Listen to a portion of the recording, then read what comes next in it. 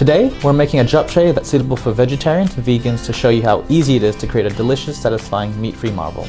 Let's start out by cutting up the veggies. We've got some fresh spring onions, carrots, garlic, onions, and shiitake mushrooms.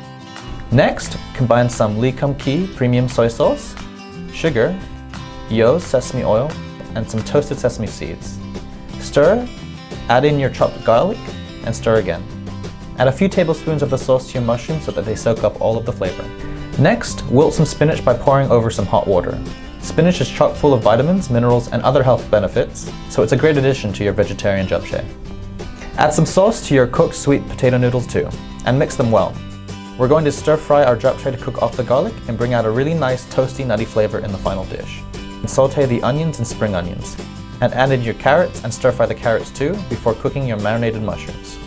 Put everything into a large bowl and mix it all together. And it's as simple as that. Even if you're not vegan or vegetarian, definitely give this japchae a try. We promise you'll love it.